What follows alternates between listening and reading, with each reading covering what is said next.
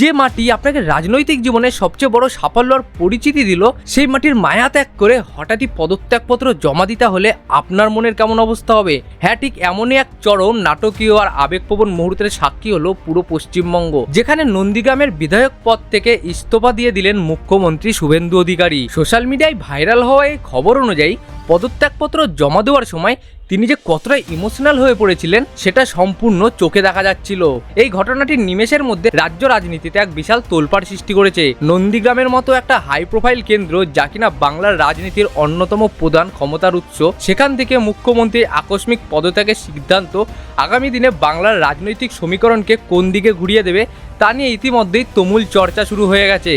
শুভেন্দু অধিকারীর এই আবেগপ্রবণ ইস্তফা আর এই বড়সড় পলিটিক্যাল টুইস্ট নিয়ে আপনার নিজের কি মতামত? তিনি কি সঠিক সিদ্ধান্ত নিলেন, নাকি এর পেছনে কোনো মাস্টার প্ল্যান আছে? আর আমাদের পশ্চিমবঙ্গের নতুন মুখ্যমন্ত্রীকে নিয়ে আপনি কতটা সন্তুষ্ট সেটা কমেন্ট বক্সে অবশ্যই জানাবেন।